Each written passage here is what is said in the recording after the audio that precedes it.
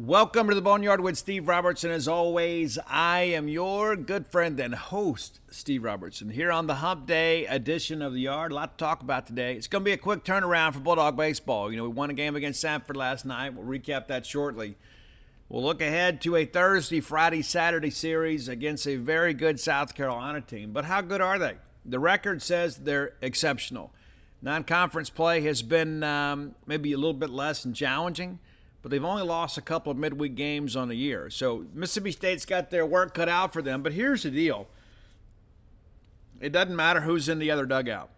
Our biggest opponent is the strike zone, period.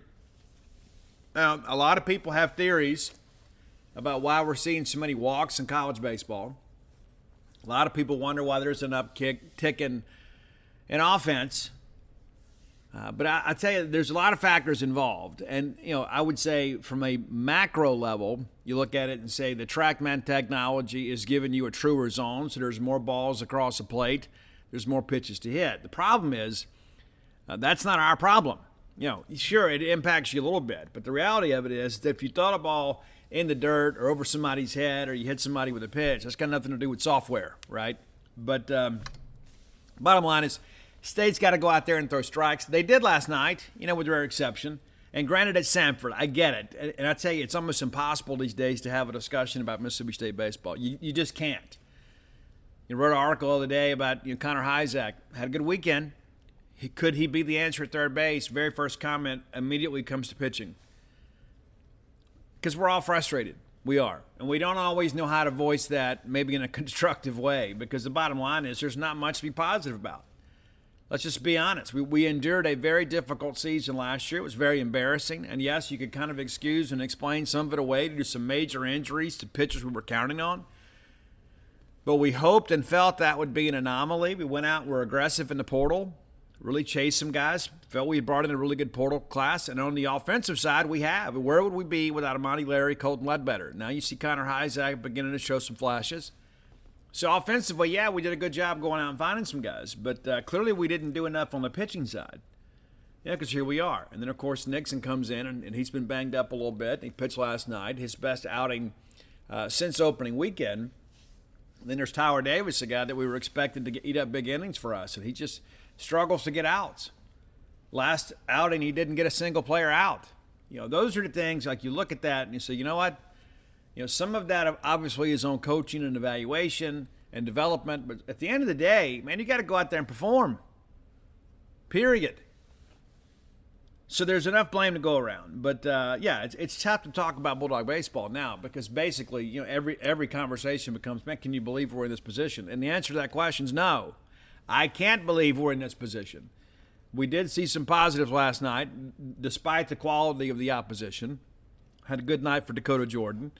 And again, we pitched it pretty well. And Evan Sierra gets the start last night. So we'll break all that down. But we're going to have to play our best baseball of the season thus far this weekend against South Carolina. And again, you can go through their non-conference schedule and pick that thing apart. But the bottom line is they're winning baseball games, and we're not with the same frequency, and it's not even close. And you look at their offensive numbers, they're exceptionally gaudy.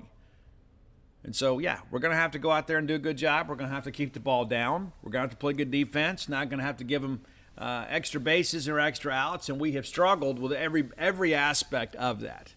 Even last night against Samford, we did. We made things harder than they had to be because we couldn't, complete a couple of routine plays. Those are the things that, especially at this point in the season, it's not the first 2 weeks, right? And I understand we've had to move some guys around or whatever. And, Connor Hyzak hadn't taken a ton of reps at third base, and that's a veteran ball player, and you feel like he'll be okay. But here we are getting ready to go into the month of April, and some of the more basic things of baseball kind of elude us. It's frustrating. And it doesn't matter what you write or what you say. People are going to find fault in it. It's almost like we catch strays from all this stuff.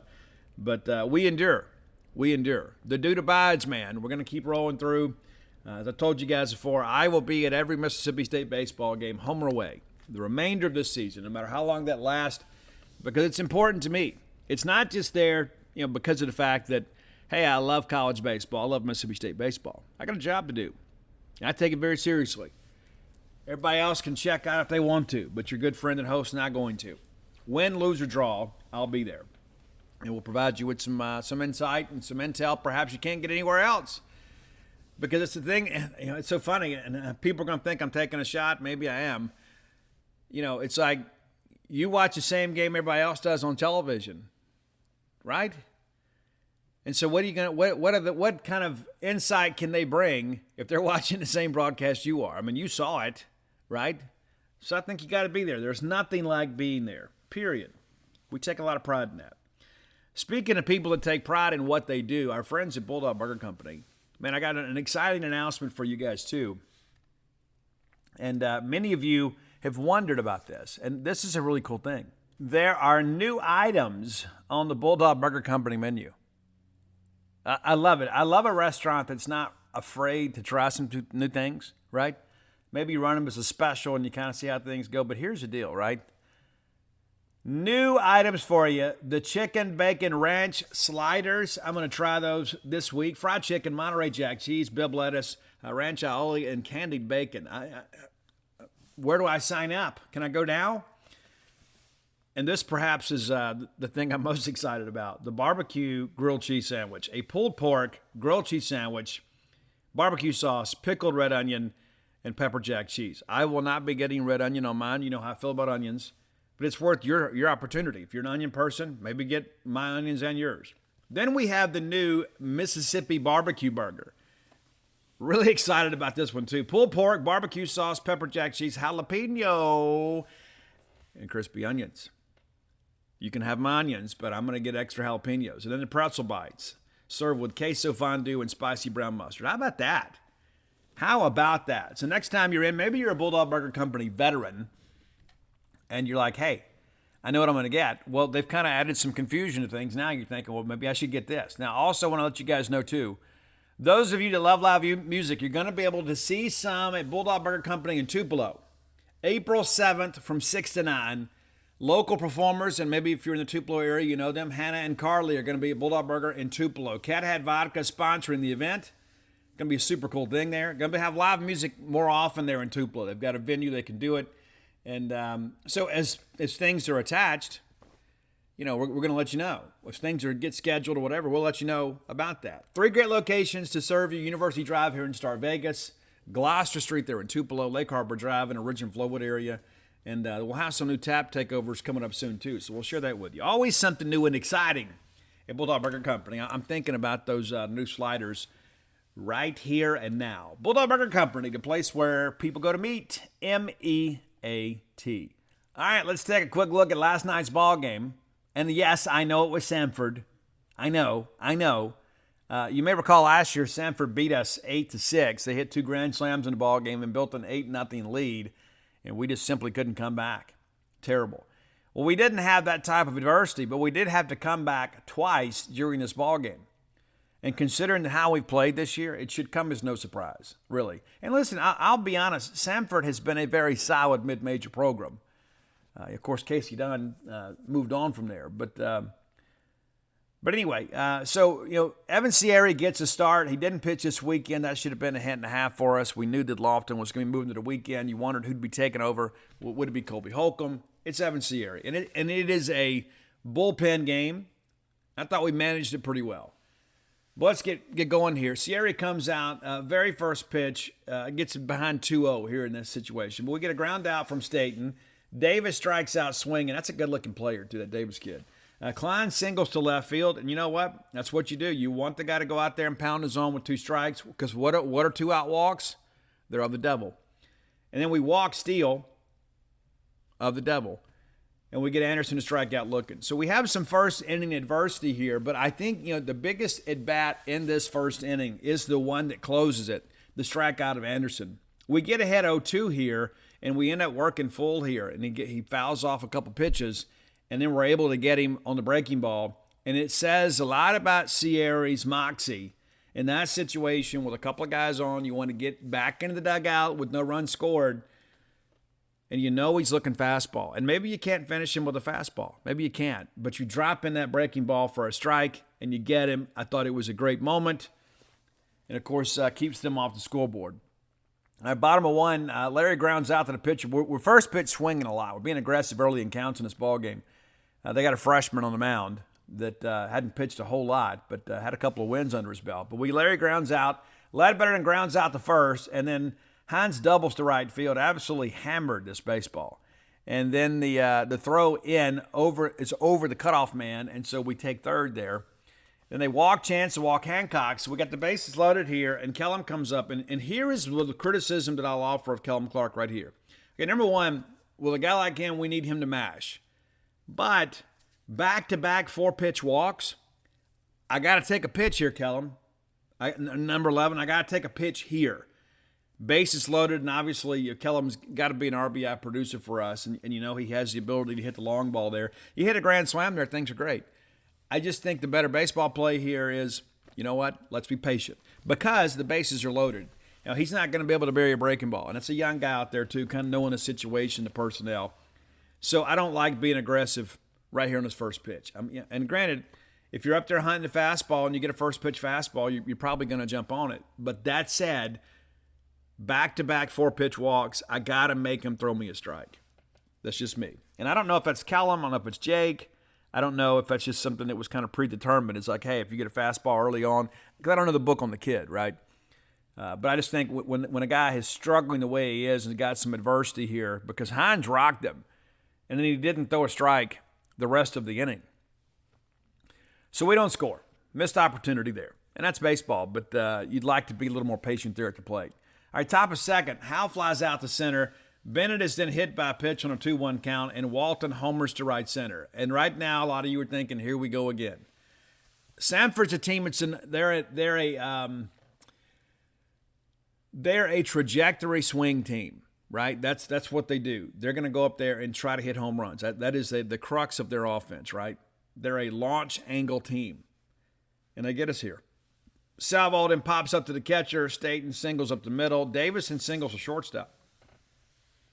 And we get Klein to fly out of it. So, again, traffic on the bases and back-to-back innings. So we kind of navigate through some trouble here. But the big fly hurts us. So a 2-0 early lead for Samford. State comes right back. And while this was a good inning, it probably could have been better. Connor Hyzak singles to the shortstop and then steals second. And that's a big guy getting down the line there. I thought that Samford's catcher was a bit of a liability defensively. We've had some struggles with that as well. I would have run it well on him. Jordan then singles to right center, and good night for the kid last night. And he steals second, and we run a little bit of a double steal there, and Hyzak steals home. Forsythe then walks. They lift Newman for Turner Thompson. Larry flies out the center. DJ tags and takes third. And Ledbetter on the fielder's choice there gets the run home. And then Hines strikes out swinging. We end up having to throw it down. But we've tied the ball game here. But you always look at the situation here when the lower third of the order turns it back over with runners on base to the leadoff guys. You'd like to think that you can get those runs home. We weren't able to do that. All right, we bring in Graham Eintema for Evan Sierri. So Sierri goes 2. And decent, right? First college start. You're not going to be too judgmental of that. And Evan's been really good for us at times this year. It's going to be some up and down with young guys. I mean, that's just the reality of college baseball, really any sport. But we bring in Eintema, and the deal with Graham is it's all been about throwing strikes. Simple as that. Usually, Graham is his own worst enemy. When he gets in trouble, it's because he hadn't executed pitches. Pretty good start here. We get Steele to ground out to short on an 0-2 count. Anderson then flies out to left. Then we walk Howe on 4 pitches. 2 out walks are of the devil. And then we pick him off. So we work out there, but you got to think, hey, we're pretty efficient those first 2 hitters, and then we walk a guy. And again, I don't know the book. I don't know the scouting report on Howe, but I can't believe it's walking. All right, bottom of third, they bring Holyfield for Thompson. It was a bullpen night for Samford, too. Chance pops up to second. Hancock pops up to the pitcher, and then Clark grounds out to second. So a very quiet inning for the Bulldogs there in the third. In the fourth, we have some issues here. First pitch is grounded hard to Connor Hyzak. He picks it up clean, and he chops and chops and chops and pats the glove and pats the glove and pats the glove, and he overthinks it. And every time that you see that happen, the throw is high. You know why it is? And I'll tell you why, because I'm a baseball guy. It's because you get higher when you chop and chop and chop and chop and chop. Like, how many times you see a guy go down, pick up a ground ball, and he throws the ball kind of from a crouching position, more of an athletic position. When you're standing up like that and you're gaining ground, chopping toward first base, you get higher and the throw goes high. I don't make the rules. That's just how it works. Luke tried to do a good job there, but not much we can do, you know. And again, you want to chop and kind of gain ground toward first base to kind of settle yourself. And he hadn't had a lot of reps at third base, but that's something right there that didn't, that's on Hizek, and he'll tell you the same. Walton then strikes out looking. Salvo strikes out swinging, and we get Staten to fly out to right center. So we had the error here. Didn't come back to bite us, but it's a play you got to make. It's a play you got to make. All right, bottom of 4. Again, kind of quiet here for State. Hizek flies out to center field, and then Jordan doubles to left center, and he absolutely murdered this baseball. Basically, I don't know, the last 50, 60 feet, this thing rolled to the wall. It wasn't like it was just some line shot that took 2 bounces. This thing was absolutely smoked. So it's a one-out double, and you think, okay, let's get him around. And then Forsythe flies out to left center. We tag and take third, and then Amani Larry grounds out to the shortstop. So we strand the runner there. Top of 5, we get in some trouble here. It's a 4-pitch walk to Davis.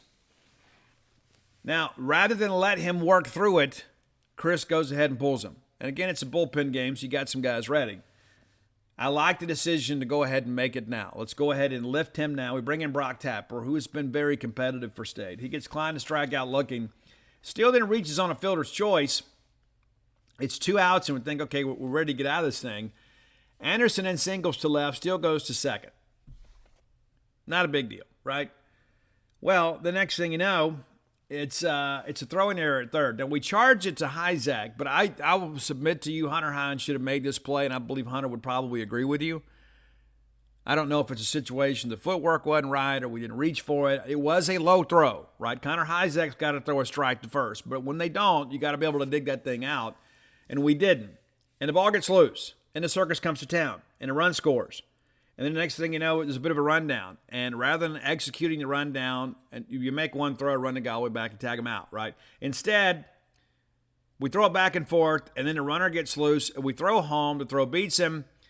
Luke grabs it and then doesn't tag him, and the ball rolls loose. So it's 2 runs there. And that's happened to us multiple times this year. You got to fix it. You got to fix it. I mean, this is not USSSA baseball. The fact that this kind of stuff, this Mickey Mouse stuff can't continue to happen. Period. You can't. And you get a throw home, and I don't know if it's a situation where we're worried about a hitter getting downhill on us or a runner getting downhill on us or not. You got to get that ball in your glove. You got to tuck it away with your throwing hand, and you got to make that tag. You got to brace for impact and make the tag. Sometimes you got to swipe. I get it. I know. I used to play behind the plate, but the reality of it is, that only happens 1 or 2 times a year. It seems like it's happened to us more than it has. But, when the guy throws a strike to the plate, you got to be able to make that play. You simply have to. And then we get Bennett to ground out at short. So, young Brock Tapper comes in and does a pretty good job for us here and should have been out of the inning without any damage done. But instead, it's 2 runs. So we gift them 2 runs now. Now it's a 4-2 ball game in the middle innings. We respond, though. Give the Bulldog bats some credit here. They respond. They bring in this Clevenger kid who looks like a pitcher. He strikes out Ledbetter and then gets Hines. Kind of cued this ball here. Basically, I mean, we're a millisecond away from being in back-to-back Ks here, but they've got the shift on. And Hines does a good job here of just kind of getting the bat to the ball on a change. And he had been fooled earlier in the at-bat. He learns kind of on the fly here. And because the shift is on, it's just kind of a weak grounder out towards third, and he makes it with no throw. That's, the way to get people out of that shift is to change change the spray chart, right? You got to go out there and push that ball the other way. I don't know if I want Hunter Hines doing a lot of that. I want that kid mashing, but this situation works out. And while it didn't look pretty, it's effective. And it shows good bat control from Hunter Hines. All right, Chance and singles to right center, which pushes Hines to third. Now you've got runners on the corners, and then Chance is like, I'll get in a scoring position too. So we take second base, and again, catcher, Samford, it's an interesting deal, right? We know from experience when you can't control the running game, people run at will, and we were able to do that some last night.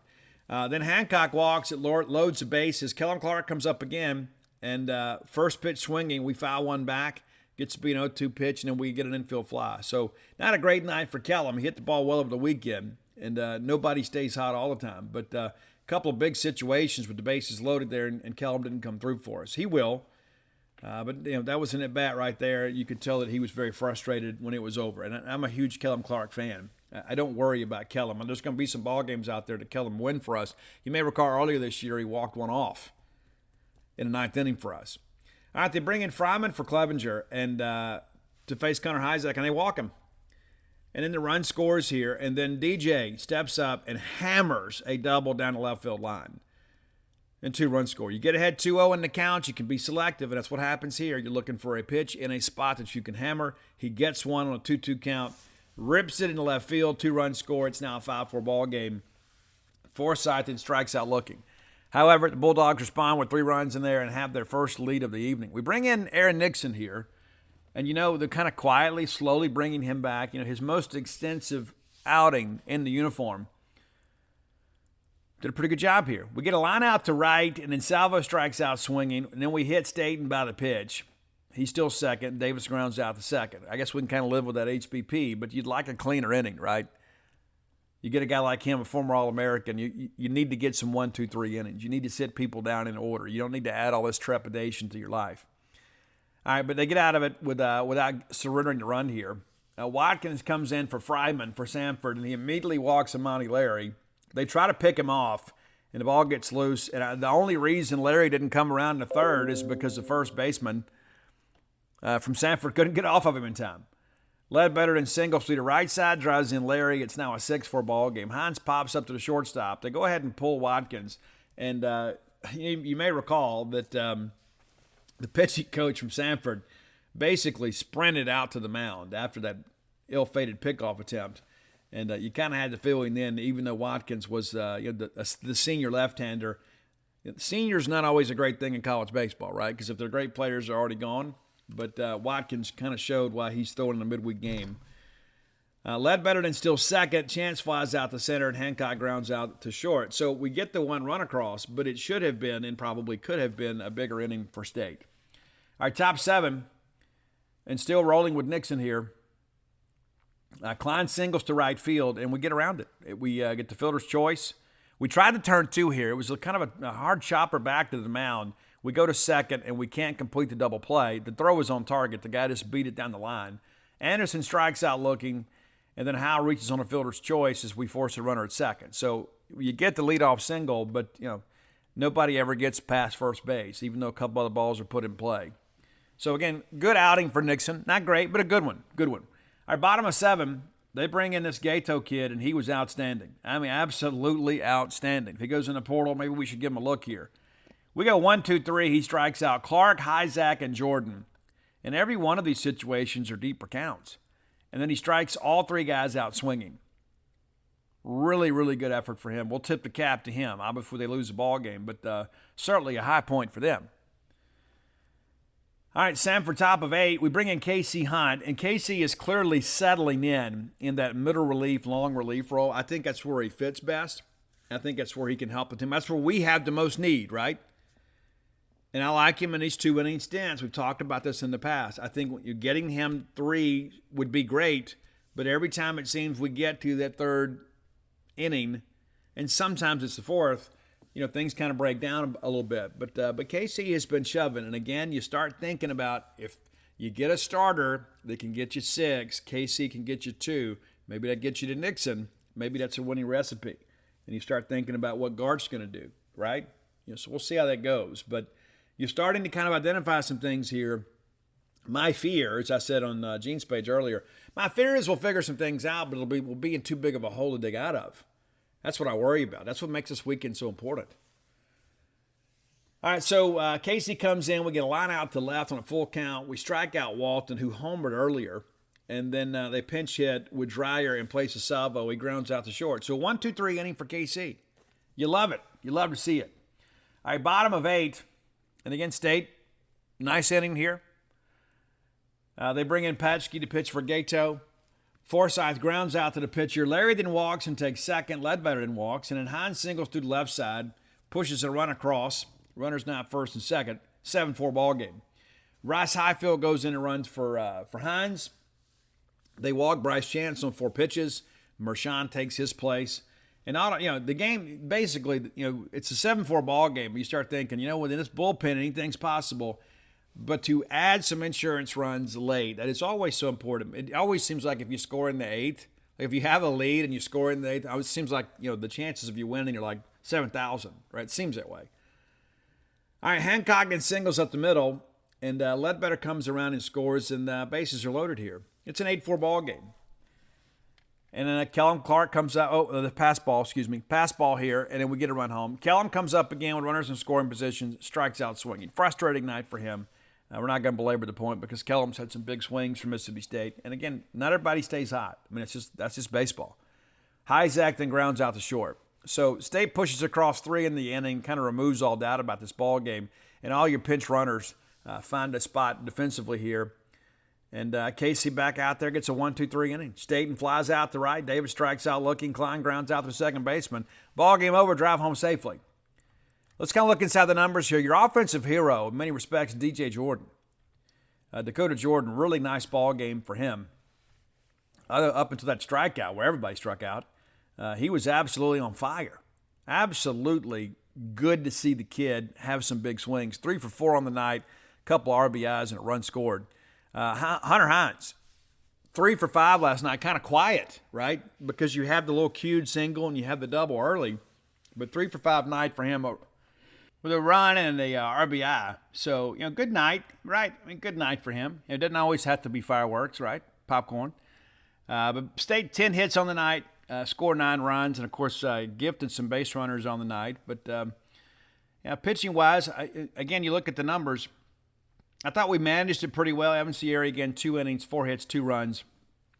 And the big tank, obviously, the big fly there gets to you. But a couple Ks, the 1 hit by pitch. So it's like you look at this, Sierra, not Bradley Lofton, who's going to the weekend, but Sierra goes out there and gets you some innings, didn't pitch over the weekend, and we knew it was going to be a bullpen night. Graham Einchema comes in, no hits for him, but 2 walks there.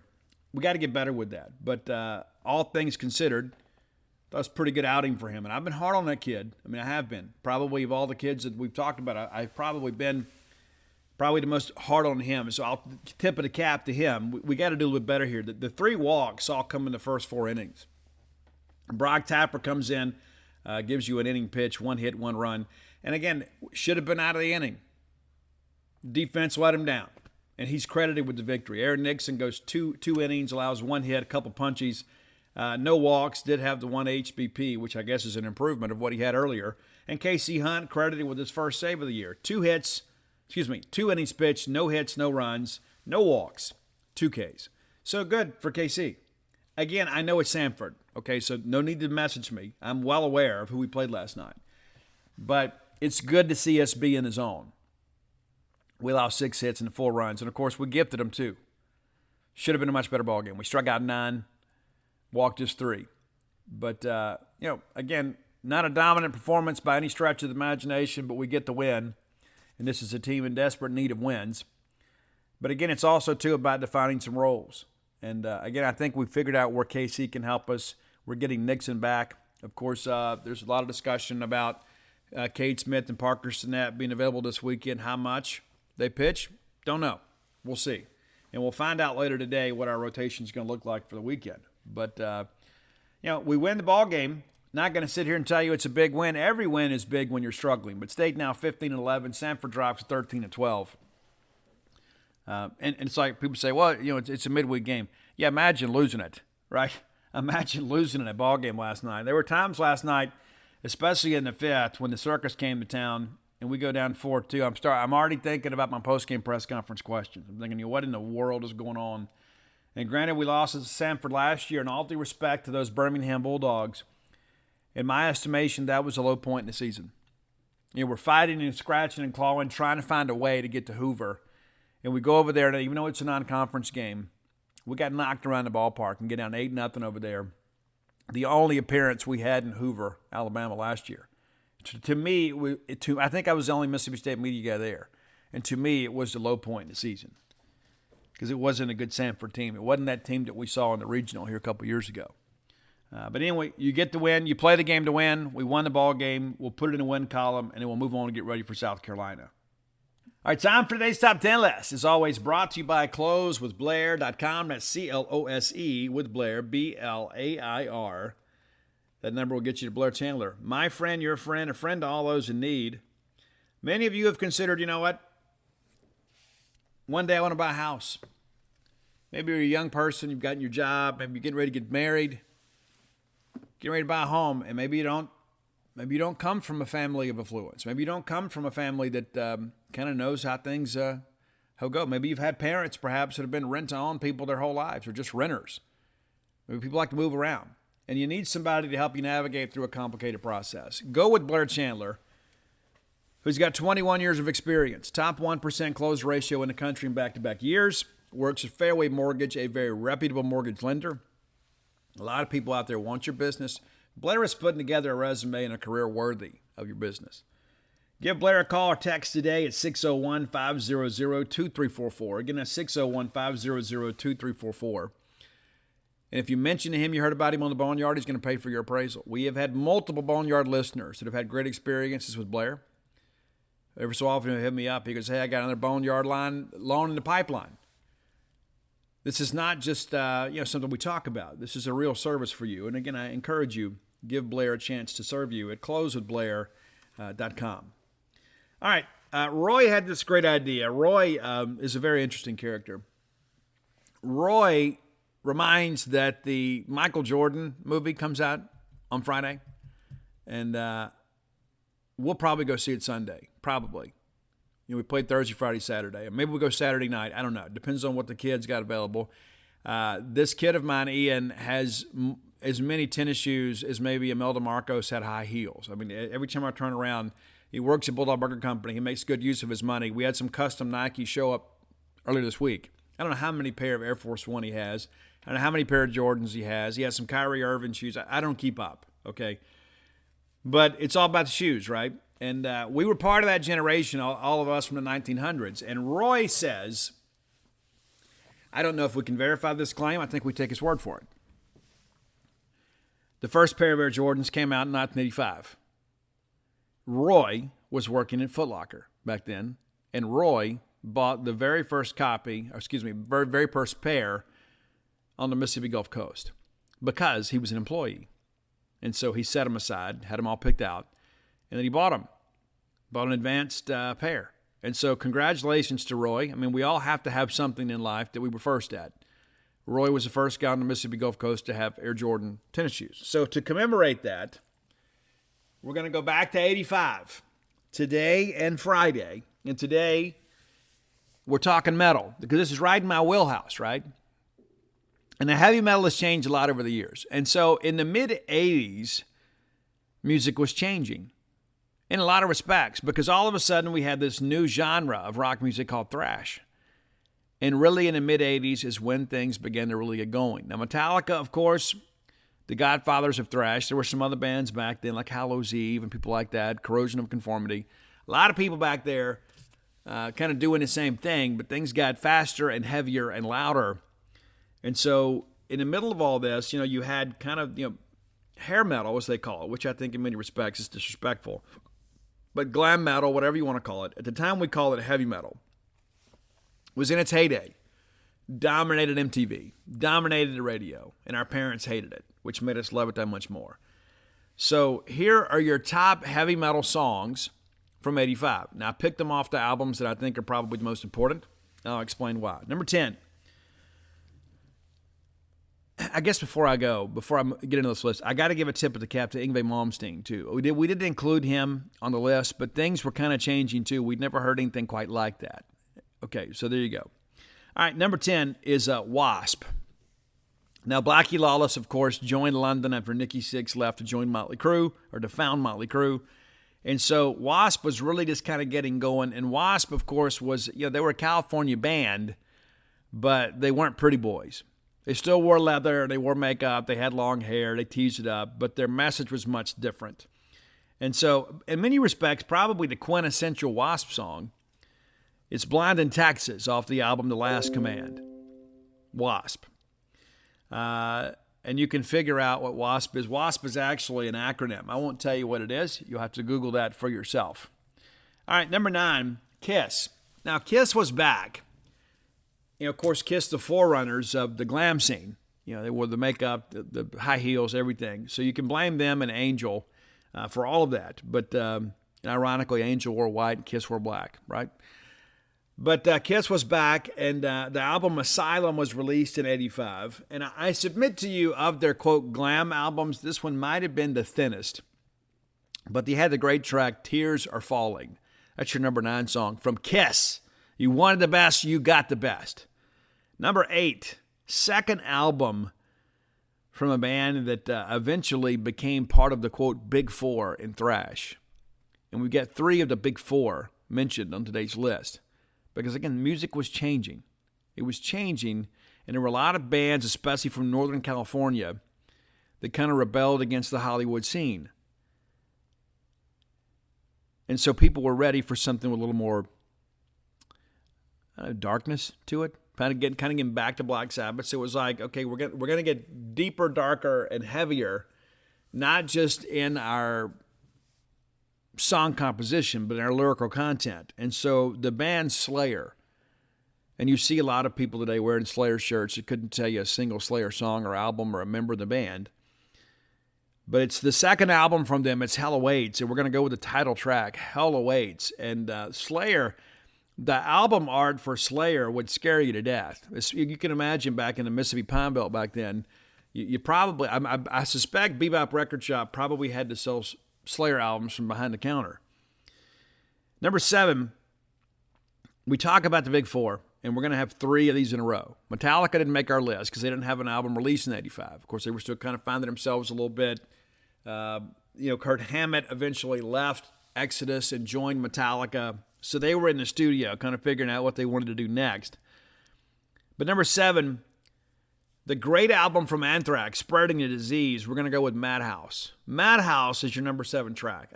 I like Anthrax. They never took themselves too seriously, but they produced some great songs. And back in the early to mid 80s, they were really kind of the silly thrash band, like Slayer's out there, Rain in Blood and all that kind of stuff. And then the guys in Anthrax actually recorded a rap song called I'm the Man. Different.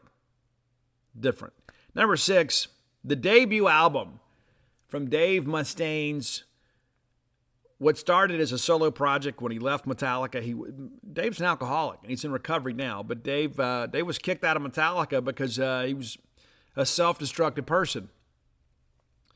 And so Megadeth, in many respects, in most people's estimation, probably the number 2 thrash band. Metallica 1, Megadeth 2. So we got our very first taste of Megadeth. They're number 6 today. The title track, From Killing Is My Business and My Business Is Good. That's number 6. There's some really cool stuff on there too. This is like before they really kind of refine the sound, so it's a little bit raw. But obviously, first albums are always like that. But good track. Number 5, a band that eventually kind of crossed over from new wave and radio rock and then became a true hard rock band thanks to Rick Rubin. It's The Cult. Now, the Cult Love album was really the first steps towards becoming a major rock act. Then there was Electric, and then, of course, the great album Sonic Temple. After that, Wild Hearted Son. I mean, the Cult's amazing. Ian Astbury's amazing. I named my youngest son after Ian Astbury. But the Cult, She Sells Sanctuary, which I think is a timeless classic off that Love album. And a lot of people found the Cult when they began to play Love Removal Machine as a video on MTV. We fell in love with the Electric album, and you go back and find Love, and I hope that you do too. But the Cult, number 5, She Sells Sanctuary. Number 4, and it's going to be nothing but VO5 and Revlon the rest of the way. Number 4, a band that was really kind of underappreciated at the time. Now, George Lynch obviously was one of the best guitar players in the industry at the time.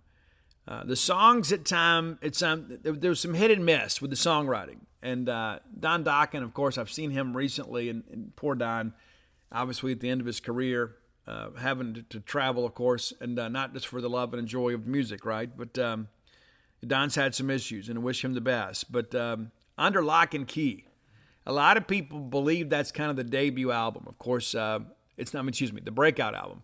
Of course, Dokken hits it, at Breaking the Chains, or Lightning Strike, excuse me. And then Tooth and Nail, which is amazing. It's a little bit underproduced. I'd like to hear it remastered even again. And then, of course, Under Lock and Key kind of pushed Dokken from being an opening band to being a headliner. And then my favorite Dokken album is Back for the Attack. But Under Lock and Key, there's a lot of high moments on this. It's one of those albums, too, you can just kind of let it play through. But it's in my dreams. In my dreams, it's still the same. Your love is strong. It still remains. Number 3, and you're probably surprised that I have this band this low due to my relationship with their music throughout my lifetime. But it's Motley Crue's Home Sweet Home at number 3, off the Theater of Pain album. You say, Steve, you're a Motley guy. That's true. I have to push my bias aside, though. Of course, this is the first album after Motley's singer Vince Neil had the wreck and Razzle Dingley died, and some other people were injured seriously. Their lives were changed. Vince probably should have gone to prison, bought his way out of it, paid restitution as best as he could to those families. And so the album was very disjointed. And of course, I loved it at the time because of the fact we didn't know if we were going to have another Motley album with Vince as the singer. We thought Motley may be over. And so every month we'd go buy Hit Parader magazine or Cream or Circus or whatever and try to catch up. What's going on with Vince? We didn't have social media. We didn't have cable TV, most of us at the time, so we never knew. We always go read each magazine and see if there was an update on what was going on with Motley Crue. I'm from the 1900s, man. Things changed. It's not like today where information's available immediately. And so the album was very disjointed, and it showed. The band was also a wreck, and no pun intended there. But Home Sweet Home is a classic ballad, and Tommy Lee wrote it. It was amazing. There's a couple other tracks on there I really like. Of course, the cover of Smoking in the Boys' Room is really good. And then Tonight, We Need a Lover Tonight. That's a good one, too. Raise Your Hands to Rock's a good one. But Home Sweet Home, a timeless classic from Motley Crue, is your number 3 song. Now, number 2. This is just before this band kind of took over the world. It's Bon Jovi's second album. And the first album, of course, was self-titled. The second album is called 7800 Degrees Fahrenheit, which is the heat in which rock melts. Right? And, of course, you geologists don't message me. Okay, don't. All right, but it's we're going to go with In and Out of Love. And there's some great tracks on here. This is the album for you young bucks. This is the album that came out just before Slippery When Wet. And so Bon Jovi went out with Rat that year. It's interesting how it all worked, right? So Ozzy takes Motley out when Motley's got the Too Fast for Love album. Then Motley becomes a headliner on Shout the Devil. They take Rat out with them. Well, then Rat becomes a headliner. They take Bon Jovi out with them. Then Bon Jovi becomes a headliner on Slippery When Wet. They take Cinderella out with them. And then Cinderella becomes a headliner on the Long Cold Winter Tour. Many of us saw that show here in Starkville. So you kind of see how it all kind of developed here. But Bon Jovi, number 2, In and Out of Love, 7800 Degrees Fahrenheit. Number 1, and the homie Sam Denton will be happy about this. Number 1, in 1985, the band Rat ruled the rock world. They were the biggest thing in rock. That Invasion of Privacy album, absolutely incredible. That is a follow-up to Out of the Cellar, of course, with Round and Round on it. But Lay It Down is your number 1 song, which was probably the biggest hit off that album. But that album is great from start to finish. Absolutely great from start to finish. I think Rat is underappreciated. At the time, it was like everybody wore Rat shirts. I still wear a Rat shirt. Matter of fact, Sam Denton told me he saw me wearing a Rat shirt and said, I got to be friends with that guy. It's true. But it's kind of a revisionist history at times when people look back at the mid to late 80s and they don't give Rat their due. Stephen Pearcy, the most distinctive voice in modern rock music at the time. Very different. The range is different. But in 85, when that Invasion of Your Privacy tour came to the South, it was a sellout everywhere they went. Everywhere they went. Rat was huge. They were on MTV. And again, you go back and you look at those videos and they seem kind of cheesy. But I tell you, at the time, that's what we all wanted to do, man. we were all wearing our mullets and, our denim jeans and high top tennis shoes and some concert shirt. If we were lucky, we had a denim jacket or a leather jacket. But these guys were our heroes. We wanted to be like them because they were getting all the chicks and we weren't. And so Rat was the king of the crop back then. That's your top 10 list for today. If you have ideas for the top 10 list, reach out and let us know. You can find me on Twitter at ScoutSteveR. I'm on all forms of social media at ScoutSteveR. Find Roy, the keeper of the list, at Dogmatic. That's DAWGMATIC 67. You can find our great list over at Spotify too under that same username. Give Roy a follow. You'll be glad you did. And one of the cool things too, if you find a list you like, share it for us. How about? Hey, Bulldog fans, if you were drafting a team, whether it be a college football program, your NFL franchise, a fantasy football or baseball draft, wouldn't it be great if you got all your top picks?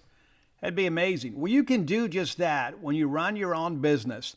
And if you're looking for people out there to come work for you, you can put a fantasy team together, thanks to our friends at Indeed. Indeed is a hiring platform where you can attract, interview, and hire all in one place. Don't waste hours of your precious time looking for candidates on multiple job sites. Find top talent with Indeed's suite of powerful hiring tools like matching, assessments, and virtual interviews. How cool is that? Technology is wonderful. You hate waiting, I do. Indeed's U.S. data shows that over 80% of Indeed employers find quality candidates whose resume on Indeed matches their job description the moment they sponsor a job. How cool is that? I run my own business too, and I can tell you this. It's nice to be able to work with Indeed and be sure that you can get people that match exactly what you want. And here's the thing too, you can even invite candidates to apply for your job. You can reach out to them through the Indeed system, and people that you reach out through on the Instant Match are 3 times more likely to apply for your job than candidates who are just kind of, browsing through there. You can be aggressive on Indeed. And here's what you need to know. They understand you're a growing business and you have to make every dollar count. That's why with Indeed, you only pay for quality applications that match your must-have job requirements. Visit Indeed.com/boneyard to stop hiring right now. Just go to Indeed.com/boneyard. Go ahead and find your fantasy draft. Indeed.com/boneyard. Some terms and conditions apply. Cost per application pricing not available for everybody, but you need to hire. You need Indeed. That. There are many of you that comment, and so I appreciate that. I get a lot of messages from people say, hey, killer list today. Love this band. And so many of you have said, you know what, I've learned a lot through these lists, but I've also found some new bands that I love, and that's what we love to do too here on the show. So thanks as always for your support of the Top 10 list. All right, your next segment of the show is always brought to you by Campus Bookmart, a Starkvillian institution doing a tremendous job for a tremendous fan base. Go by and check them out. I was in there yesterday, picked up a white 85 jersey for a family member. I won't tell you which one because I don't want you to message them. But I love the selection there. I love the service there. I love the friendly faces. If you can't make it to town, visit them on the World Wide Web at campusbookmart.net. And by being a loyal Boneyard listener, we'll give you a phrase that pays. That is BSR, which stands for Beautiful Steve Robertson. That gets you free shipping on all orders over $75. Any order less than $75, absolutely incomplete. And I went in there yesterday and I signed most of their stock. So you can get signed copies of all of my sports books there, and you can also purchase them online. So while you're looking for Mississippi State merch, you can pick up signed copies of Flim Flum, Alpha Dogs, Starkvillains, and Dogpile. I'll also tell you this. There are no more cases of Starkvillains to be purchased. The final ones were distributed over the weekend. So most of the Starkvillain stock at Campus Bookmart has already been sold. Somebody bought them as a graduation gift. And so those have all been signed. So a handful of Starkvillains there. And, of course, Bookmart and Cafe downtown, you can find them there. But be sure and think about that during your online order. Again, that's campusbookmart.net, promo code BSR. All right, let's look at South Carolina now. Going to be a tall task for your Diamond Dogs. And that's not in any way, a reflection of South Carolina. It's more about us. It's about us. Now, listen, these guys can swing it. They can. Let's get into some numbers here and just kind of look and see. South Carolina, we kind of touched on this earlier. A very favorable non-conference schedule, shall we say. They're 24-2, 6-0 in the league. They've won 4 games in a row. They're 18-0 at home, 5-2 away, 1-0 on neutral field.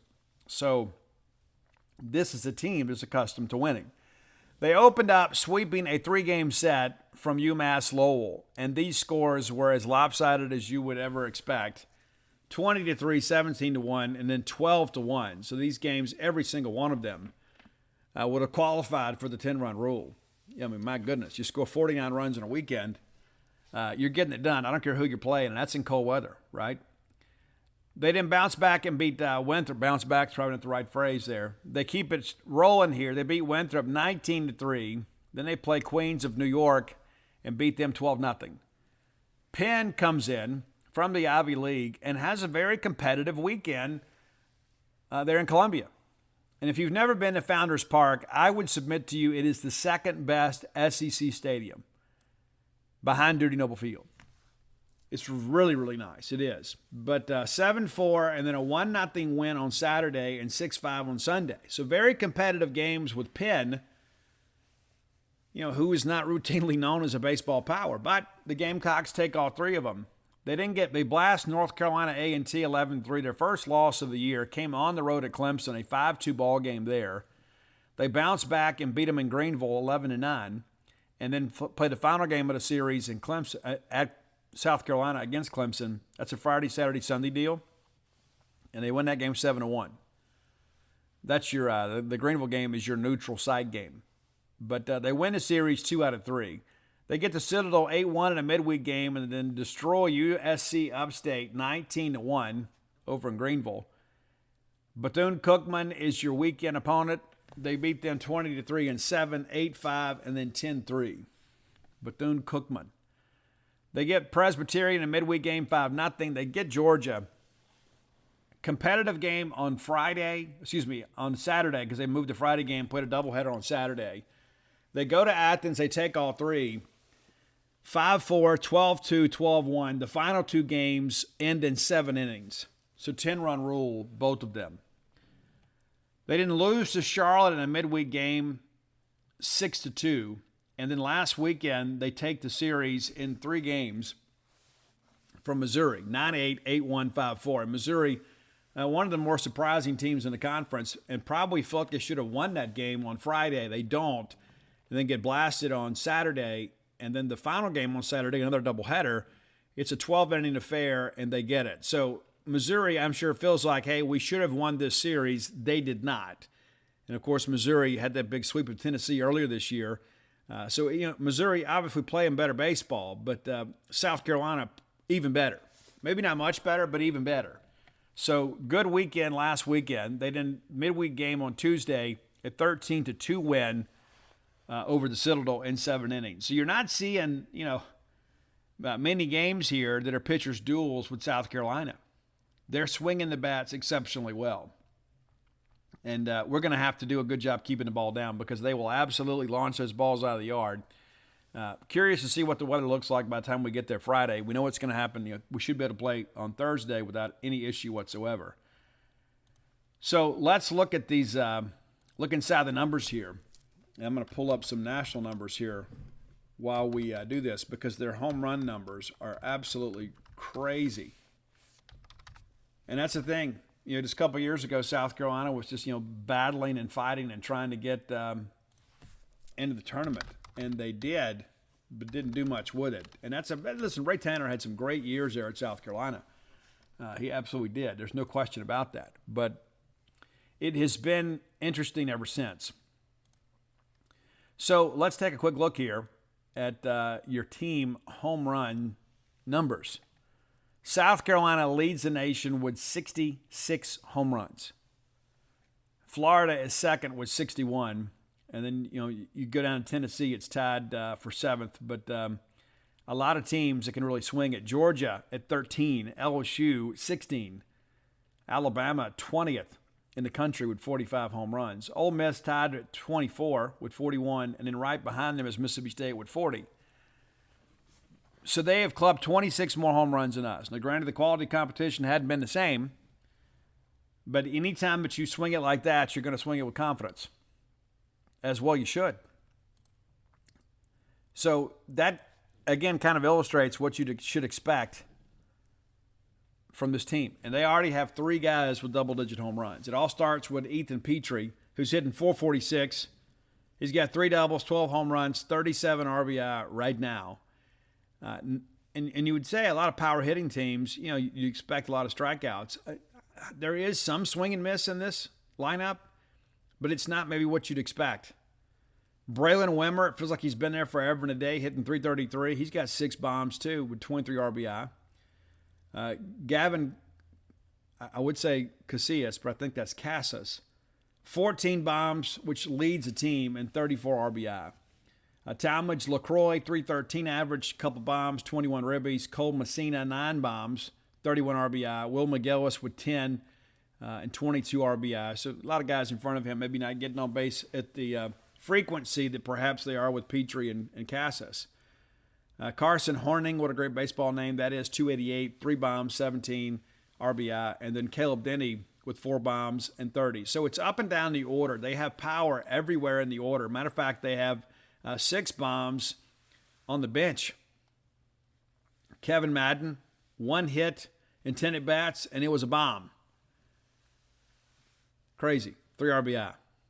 But yeah, this is a team that's going to be able to swing it. As a team, they're hitting .300. So you're going to put the ball in play. We got to keep the ball down because they're a team that's going to put the ball in play. As a team that struck out 238 times, their opponent's 275. And again, there is an indictment against some of the teams they played, but they're doing this in SEC play too. It's not like they just got fat on a bunch of G5 teams and teams that just barely qualified for D1 baseball. They smashed Georgia, who has routinely some of the best pitching in the country. And, of course, they kind of nip and tuck with Missouri, but most of those games are pretty high scoring. So we're going to have to play well. Now, 30 of 32 in stolen bases, and 13 of those stolen bases come from Braylon Wimmer, who is a perfect 13 of 13, and Caleb Denny is 8 for 9.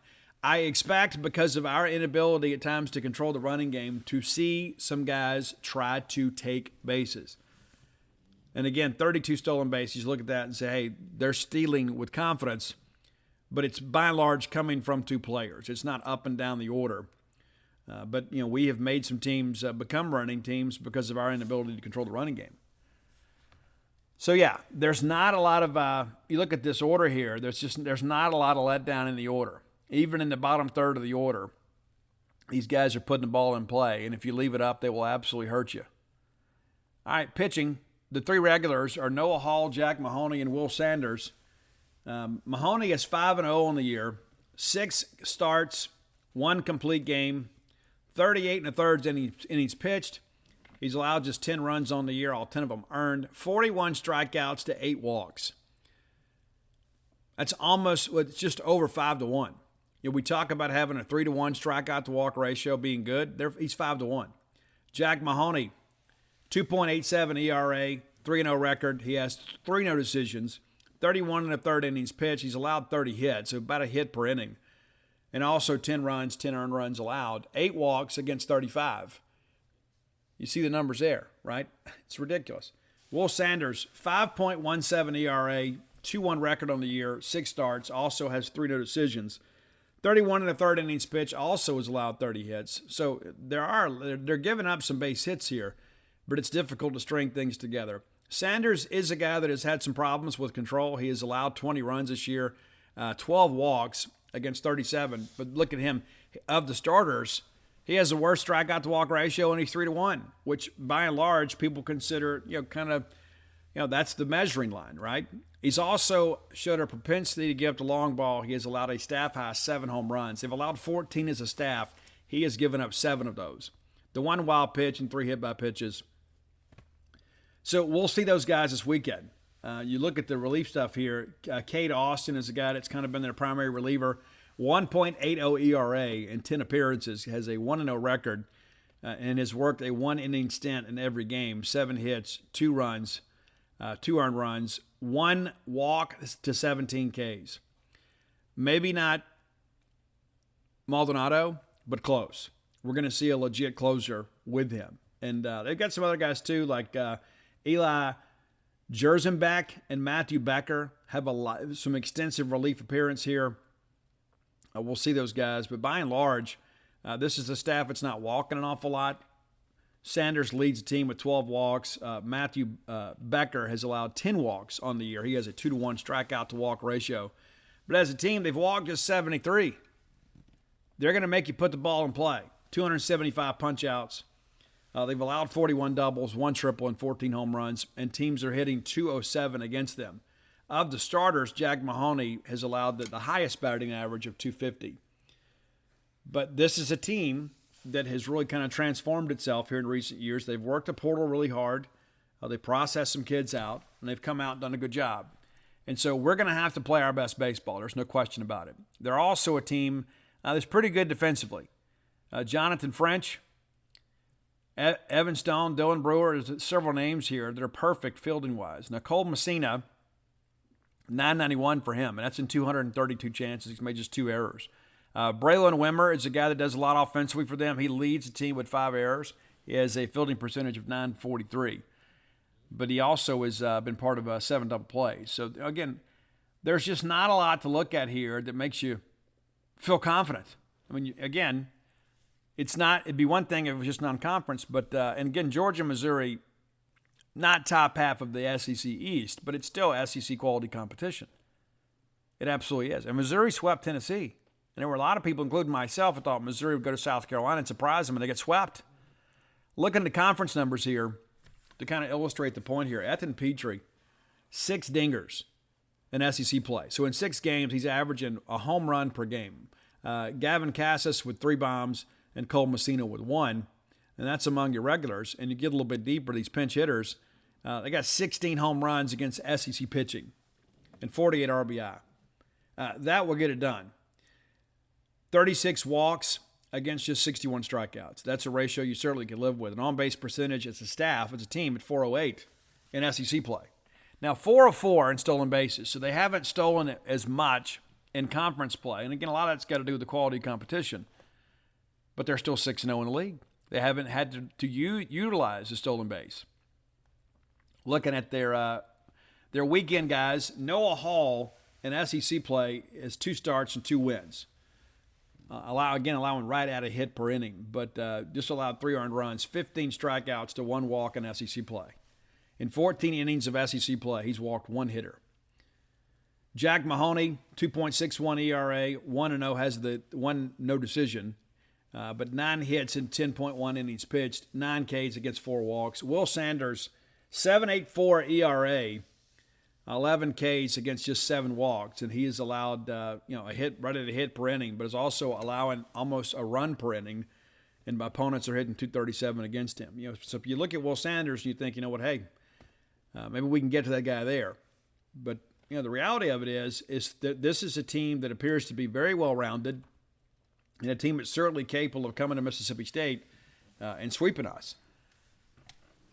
No matter how good South Carolina is, no matter how confident they may be, this is all about us. We go out there and throw strikes, we got a chance to win some ball games. We go out there and we don't throw strikes, we're going to lose these ball games, or we're going to lose them in embarrassing fashion. Because of the fact you get behind these guys and you put them in advantage counts, they will absolutely make you pay for it. There's no ifs, ands, or buts about it. These guys will absolutely make you pay. When you extend innings with errors, when you give them free passes, and when you give them opportunities to get guys on base, they're going to be aggressive on the base paths, and they're going to be guys that can put the ball in play. And we have not always shown the ability to defend the way we should. That's an important aspect of all this, too. When the pitchers are getting ground balls, we have got to make plays behind them. And at times, we've struggled to do that. It even happened last night. Looking at fielding percentage here, just because I'm interested. And if I'm interested, I figure you are too. You may not know this, the best fielding team in the country, it's LSU. That shouldn't be a surprise. It's LSU. Vanderbilt, number 12. We said that last weekend. They don't give you a whole lot either. There were a couple balls last weekend that maybe didn't go the way they expected, but they're a team that plays exceptionally well defensively.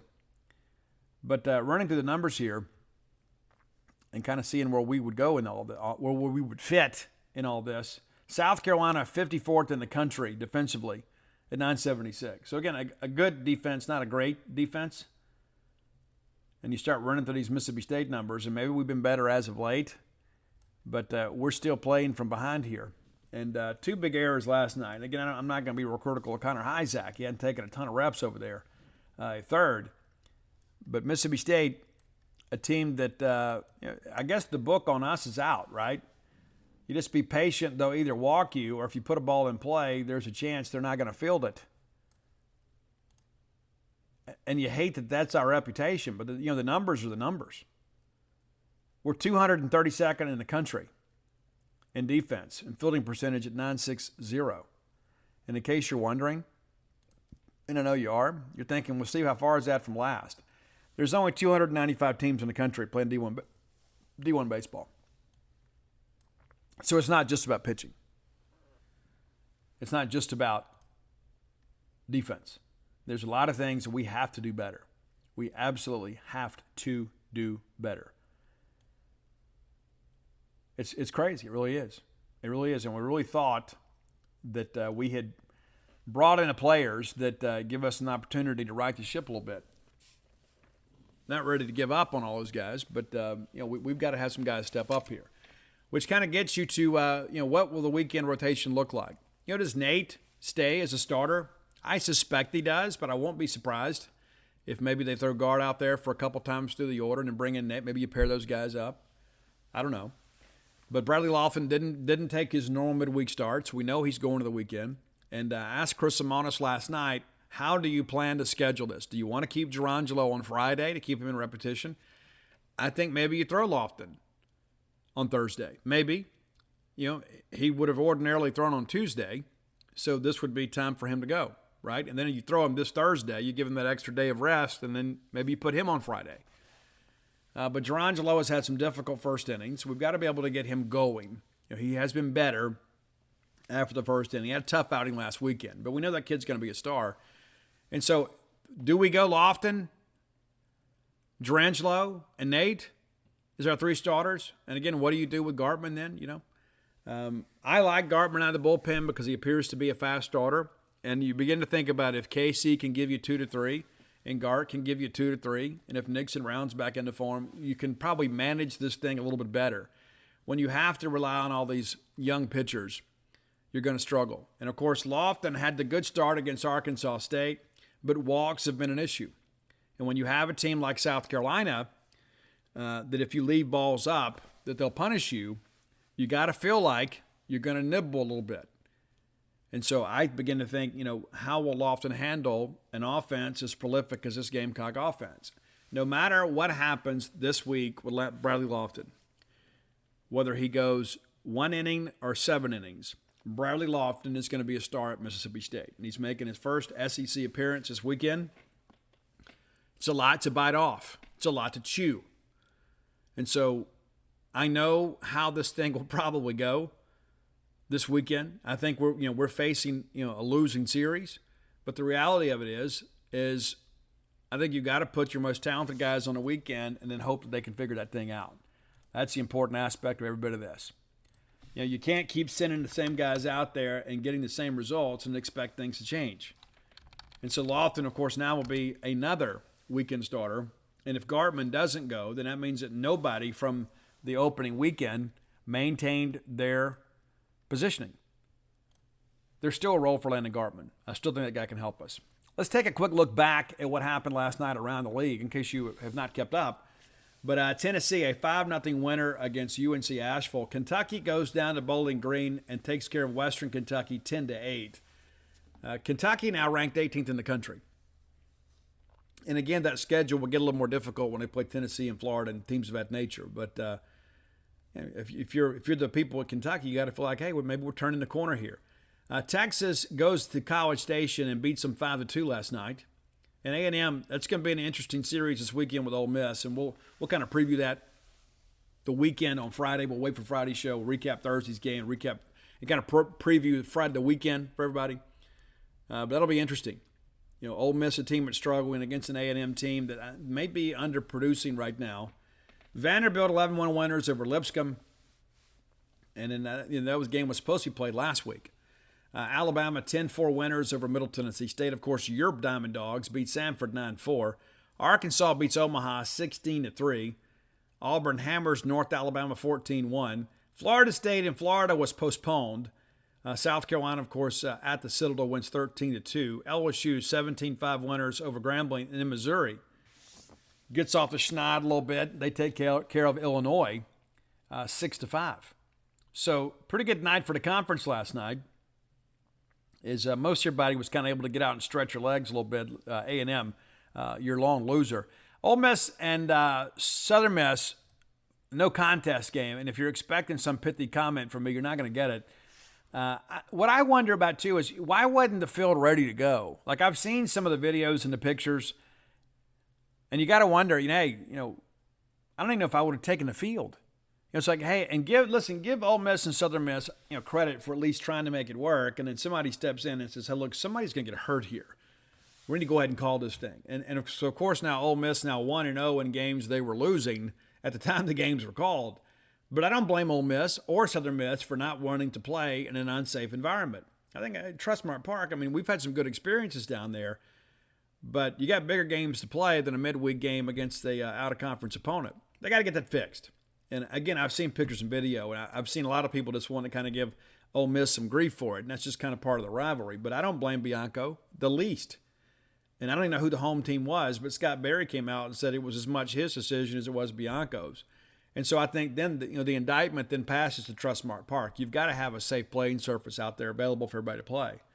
Only a couple games tonight is Missouri will take on Lindenwood, and Georgia Southern will take on Georgia.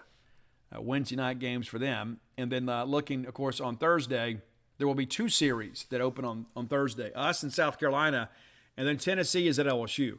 That could be interesting. That Tennessee offense in that launching pad that is Alex Box Stadium. Paul Skeens obviously would go. That'll be interesting to see, though. What does the LSU pitching staff do with this Tennessee offense that even though they've had some up and downs this year, they're still very talented.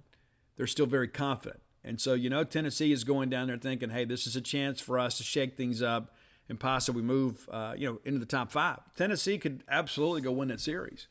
They could. I'm not saying I expect them to, but they could. And, again, we'll preview this stuff later in the weekend. But just to give you a quick overview, Missouri is at Kentucky. Auburn is at Florida. Tennessee's at LSU, of course. South Carolina comes to State. Ole Miss is at A&M. Georgia's at Vanderbilt. Alabama to Arkansas. I don't think there's going to be a lot of upsets this weekend, but it's one of those things you never know with college baseball. You never know what's going to happen. But some very interesting and intriguing series. There always are this time of year. We're trying to find out who's good and who isn't. But we know that LSU is, and Arkansas might actually be ahead of schedule. And I think Vanderbilt's probably maybe a better team than I gave them credit for. But they have played Ole Miss and State, and so they're 6-0 against two teams that haven't won a conference game. So.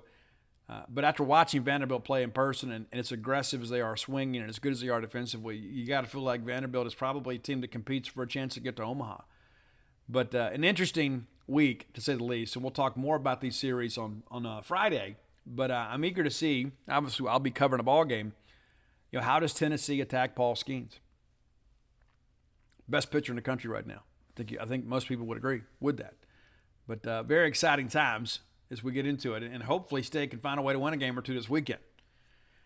We certainly need it. I'm not optimistic, but we certainly need to get off the schneid here. We do. And you never know. You're going to need somebody to step up and say, okay, let's go. You're going to have somebody kind of put the team on their back, and that's the thing you think about setting a tone for the weekend. No matter if it's Bradley Laughlin or Durangelo or whoever, you go out there and you keep the ball in the yard on Thursday and maybe give your team a chance to win.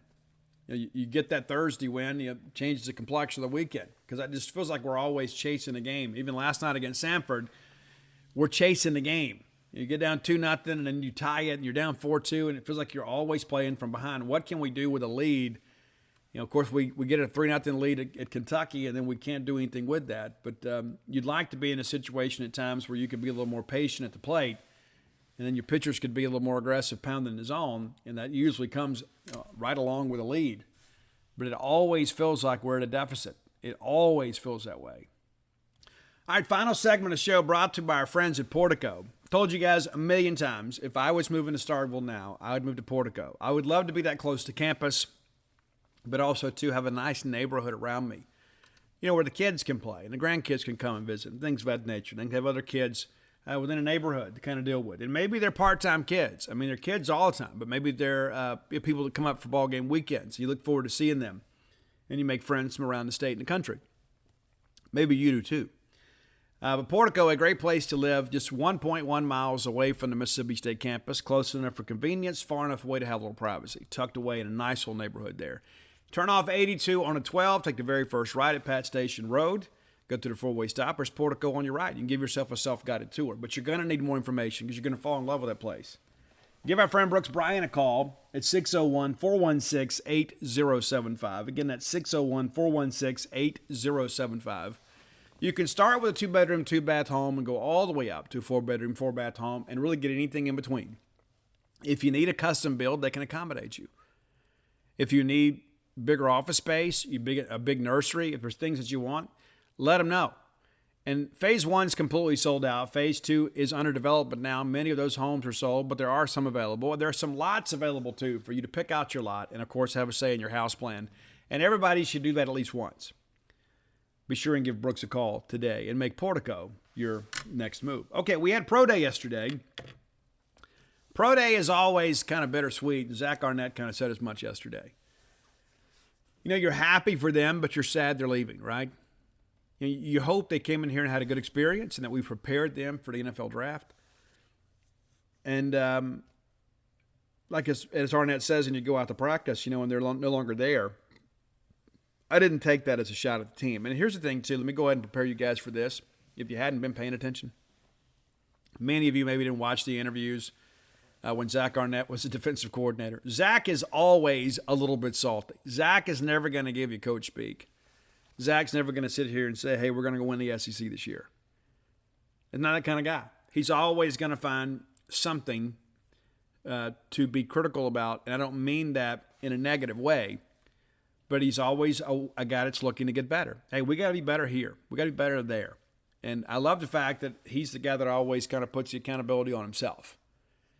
A lot of people out there, you know, say, hey, this guy didn't do this. And Zach's like, I got to call better plays. We got to practice better. We got to prepare better. And I think guys play harder for guys like that. I believe in accountability behind closed doors. And I believe in coaching accountability at the mic. Even if people say things that are true. You know, there's a way that you handle things. I think Zach handles it well. But be prepared. Zach will get out there and praise your team after a win. Talk about this guy did a good job here, but hey, we got to be better there. You know, Zach is a bit of a perfectionist in many respects, but not in one of these maniacal ways that he makes everybody around him miserable. But he does coach those guys. He does. And so it's important to kind of understand that. Every time I come to practice, he sees me, comes over and says hello. He's a good dude, man. He is. And I'm excited about him being our coach. But I do agree with him. We're losing some very good players. And now you're having to go take some guys that got here in the portal to kind of retool the secondary. And you see Emmanuel Forbes out there yesterday talking with teams and representatives. You see Jackie Matthews out there doing a good job. Colin Duncan doing the best he can, trying to get some looks out there. And, you know, you think, man, we'd be a better team if we had those guys, right? And then we could have had them back. They're not leaving because they're upset. They're leaving because they're opportunistic. And we absolutely wish them the best. Had a chance to visit with Emmanuel Forbes by myself after his media session. It's amazing how far he's come in just talking to the press, to be quite honest with you. And I'm reminded, and we talked about this, kind of reminisced a little bit yesterday. I remember taking his picture on Junior Day and thinking, there's no way this kid plays in the SEC. He's too little. He's too skinny. And he joked, and he goes, I was really little back then. I said, what do you weigh, 135 pounds? And he kind of laughed me off. And he goes, no, I wasn't that little. I think he was. And he's still thinly framed. He is what he is. But it's good to see great things happen to great people. Emmanuel Forbes has come in here and been a leader for this team, even as a young guy. He talks about his favorite pick sixes and picking off the ball against Texas A&M. Didn't think he was going to get that one. Of course, that kept us in the ball game. Texas A&M really good that year, and State gave him all kind of trouble. We just couldn't mount any offense. But Emmanuel Forbes is one of those people that did a lot of things behind the scenes you guys are unaware of. Emmanuel Forbes is always the guy telling everybody else, finish the rep, finish the rep, finish the rep. And he was real big on telling people they were soft. And we talked about that yesterday, and he laughed about it. He goes, my favorite thing to do is tell guys they're soft to get them motivated. And that's the thing that I wonder, not just because of the fact that we lose his obvious athletic ability and his ability to shut down their team's number one receiver. Who is going to be that guy? Who is going to be the leader that talks it and walks it? Because when Emmanuel Forbes had things to say on the practice field, guys listened because he did it on game day. There are a lot of people that have a lot to say until the tape comes on, and all of a sudden you got to go over their mistakes, and they're not practicing what they preach. But Emmanuel Forbes always did. He says he already has 8 visits set up with some of the 30 teams, and that's about him having a chance to go in there and sell himself. Get on the dry erase board and break down coverages and look at film and things of that nature and kind of show his football IQ, but also, too, who he is as a person. There are some mock drafts that have him in the first round. The rest of them have him in the second. The Pittsburgh Steelers, of course, the most prestigious pro football franchise of all time, one of those teams that's going to visit with him. The Dallas Cowboys, Philadelphia Eagles, Minnesota Vikings, Tennessee Titans, and many others. There are a lot of teams out there that would benefit from having a guy like Emmanuel Forbes in their huddle, but more importantly, in their locker room and representing them as an ambassador of their franchise. And it's not just about the press conference, right? It's rarely about the press conference. You want to handle yourself as a professional, but it's about what you do on game day. It's about what you do when you're out in the city and you're representing another organization. It's a much different deal than with recruiting. Recruiting, you pick a school, right? You pick among your offers. In the draft, they're picking you. So now you're going out there and showing them what you have to offer and explaining to them why they should select you. I have little doubt that Emmanuel Forbes is going to have a great career provided he stays healthy.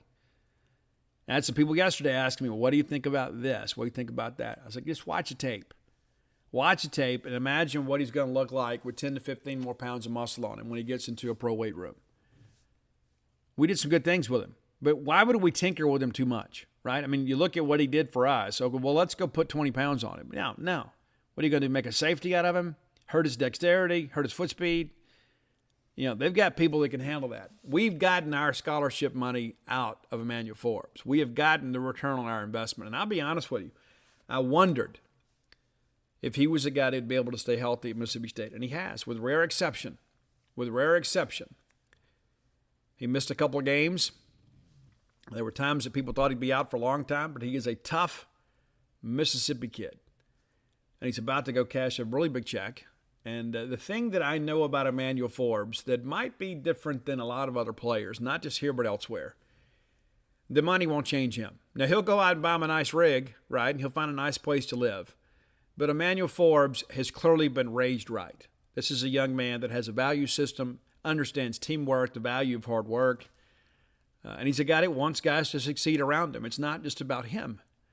And so I'm proud to have known him, proud to have covered him, and I know you all are proud to have had him share the walk with us for a while.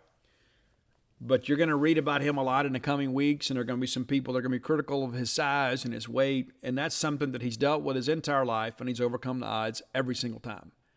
So I am confident he's going to do a good job. Tyrus Wheat was outstanding in drills yesterday. You don't see guys that big move as fluently as he did. He didn't speak to the media afterwards, but I thought he acquitted himself really, really well. Cam Young, another guy, too, that a lot of people say he has a mid-round grade. I had somebody yesterday tell me they're expecting him to go probably in the 4th or 5th round, but they do think that he is a guy that will make a team. He won't be a practice squad guy. They do think that he's a guy that will make a squad somewhere. Austin Williams is a guy, too, that, a great ambassador for the university, and a guy, too, that's very dependable. You worry a little bit at times about the foot speed. You don't worry about production so much. You don't worry about hands. You don't worry about him embarrassing you off the field. Austin Williams is a guy that could probably run for president someday, right? But, yeah, I thought he did some good things yesterday. But, again, it's going to boil down to foot speed. Colin Duncan didn't have a great 40 time unofficially, but he's a guy that got out there and competed exceptionally well. I think that there's a lot of guys out on this team you look at and you say, you know what, hey, I feel pretty confident. You know Forbes is going to go as a no-brainer. You feel like Cam is going to go without a lot of trepidation, and then Tyrus Wheat could be a guy. And outside of that, I don't know. I think all of you kind of feel the same way. It's going to boil down to fit. There may be some guys that get invited to camp that make a team as a practice squad guy, and then we'll see how things go. But it's not a great NFL class for Mississippi State. Jackie Matthews is a guy that I think has a real chance because of how fast he is, and that he plays much bigger than he measures in. He's a guy that'll absolutely hit you. Probably the biggest takeaway I had yesterday from Pro Day was Will Rogers. He said, but Steve, Will, he didn't go through Pro Day. Well, he threw. We needed a quarterback out there to run drills. I don't know that I've seen Will Rogers throw the ball better than I saw yesterday. Now, granted, there's no rush, right? I mean, you were basically playing 7-on-7. There's no coverages, things of that nature. But just his mechanics, his delivery, the spiral in the football I thought was outstanding. There were a couple times, too, he threw some 40 and 45-yard passes, hit guys in stride. And so I think Will's getting better. And Will's done some amazing things right now. And does Will have a ceiling? We all do. But I'm seeing that ball whip around out there, and all of a sudden I have to put my glasses on because I'm an old guy now. And I go over there, that's Will Rogers. Will was really good. He was. And again, there's no rush in his face. There's no decision-making process. You know what you're going to do. Hey, we're running the 7-step hitch, right, 7-yard hitch right here, right? You know what you're doing, right? So it's kind of just pitch and catch out there. But mechanically, I thought he looked really good. Down the stretch last year, he had some challenges. Didn't play his best football against Ole Miss or Illinois. We still managed to win the game. And I think about, too, I watched those highlights of the Egg Bowl yesterday. The drive right before the half that got us back in the ball game. I don't know that we've had a lot of quarterbacks in the past that could have made that happen. The drive, obviously, against Illinois, the touchdown pass to Justin Robinson that proved to be the moment in the ReliaQuest Bowl. You make some mistakes early, but when the game is on the line, when your team absolutely had to have you, Will stepped up. Can he play better? Absolutely.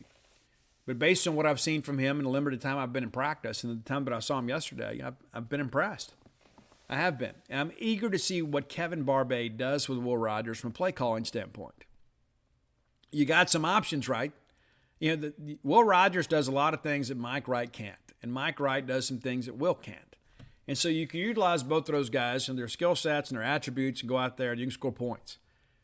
And Will's a guy that wants to win. I mean, sure, Will wants to be on the field all the time. But if we get in a situation where, if there's a defense out there that is susceptible to a quarterback run, you put Mike Wright out there in some situations, you make some things happen. Well, yeah, you would do that. We just want to win. And I can promise you Will Rogers wants to win. And Will Rogers is a guy, too, that probably has a future beyond Mississippi State. He's probably a guy that gets drafted late. And there are a lot of people, of course, will say, well, he's an air raid guy, whatever. I think in some respects, the change in scheme, while it may limit his pass attempts, might make him a bigger winner. It might make him be in a situation, perhaps, that people view him as more than just a systems quarterback. I think that's important. It's a very important aspect of all of this. But little football stuff, and, of course, we've got some more spring football ahead of us, and we'll have a scrimmage Saturday. We'll give you full coverage of that. That'll be out at the Silk Complex. It's not open to the public. But we'll go cover that, and then we'll go cover the baseball game on Saturday. And so full coverage at genespage.com. If you're not a member, you should be. And I encourage you, as always, come by and visit with us. And listen, baseball board's a little bit contentious these days, and rightfully so, right? We're a proud baseball program. We're not playing at the level we expect to be. My hope is maybe we can turn it around. Let's part with this, okay? As always, you can go to Dogpile the Book, get my sports books, and Stark Villains gear available at Stark Villains. But our parting thought today, what's the best case scenario for Mississippi State baseball? What would be best for us as a program? Now, immediately when I asked that question, some of you said, oh, you got to fire Lamonis. Is that really the best? At this point, is that really the best? Wouldn't the best case scenario be that we turn it around? That we find a way that maybe Bradley Lofton goes to the weekend and performs at a level that makes us competitive? That Gerangelo now with a couple of SEC starts under his belt, and that Casey Hunt continues to develop as a long relief guy, and perhaps Landon Gartman and Nate Dome, maybe in some combination, gives us a competitive advantage on the weekend? And we start stringing some wins together and we make Hoover, and then maybe you make the tournament and you say, Steve, you're talking crazy. Maybe I am. Maybe I'm completely wrong. Maybe we won't win an SEC game the entire year. And if that happens, you got to make a coaching change. You have to. Period. As much as I like Chris Simonis, if you have that type of disaster, you got to make a change. And again, I've said on this show before, there's never been a coach in the history of college baseball that's been fired 2 years removed from a national championship. But a lot of that's because of the fact that baseball didn't matter in certain decades. Baseball matters here. I'm never a guy that really believes in advocating for coaching changes until it's obvious. The way that we have played the last 2 weekends, not good. But the best thing for Mississippi State baseball is for Chris Simonis and Scott Foxhall and Jake Gotro and Kyle Cheeseborough to motivate this team and get this thing turned around, and we go out there and find a way to get to the postseason. That's the best case scenario for us. And there are some people out there that are already off the Simonis bandwagon, and some never were to begin with. I want what's best for Mississippi State baseball. That's what I want. You know, I have been acquainted with and friends with several of your coaches in multiple sports in my career. And you know what? I'm still friends with them. They just don't coach here anymore. Other coaches are. And so my loyalty will always be to Mississippi State and to our traditions and to you guys. And I want what's best for us. I want Mississippi State to win. But I know this, they're just 2 SEC weekends under our belt, and they have been disastrous. Disastrous. We've got to see some signs of life. We got to go win some ball games this weekend. You go out there and you start getting beat, 10-run rule again. You know, listen, we are a very patient and forgiving fan base about a lot of things. Baseball's not really one of them. And last year, again, we can kind of excuse and explain away. But when you've had the benefit of the portal and another recruiting class and you process some guys out and you had a chance to flip your roster, it's not like you've been held captive here. You know, you're the guy that's pushing the buttons there. And so I'm rooting for Chris Simonis and the staff and his team to turn this thing around. I believe they can. I don't know that they will, but I believe they can. But it worries me that we're having to struggle with some of the more fundamental elements of baseball and the fact that we're having to rely on so many young pitchers, which tells me we didn't evaluate, recruit, or develop very well. That we had this dominant staff in 2021 that set the NCAA record for strikeouts in a season. And 2 years later, we struggled to throw strikes, and we're among the nation's leaders, the bottom, the cellar dwellers in most pitching statistical categories. I mean, something's got to give, right? We can't continue on this path, right? So maybe perhaps we can change course now, and that doesn't mean firing the staff midseason. That just doesn't happen in college baseball. You just don't have people around. And, why would we do that anyway? Just to make a few fans happy, right? Oh, that just shows baseball matters here. Yeah, listen, there's still some time to salvage something in the season. My hope is we can. I don't know that we will. My hope is that we can. But until next time, let's all live our lives in a way we make more friends than enemies, and people can see a difference in the way we live.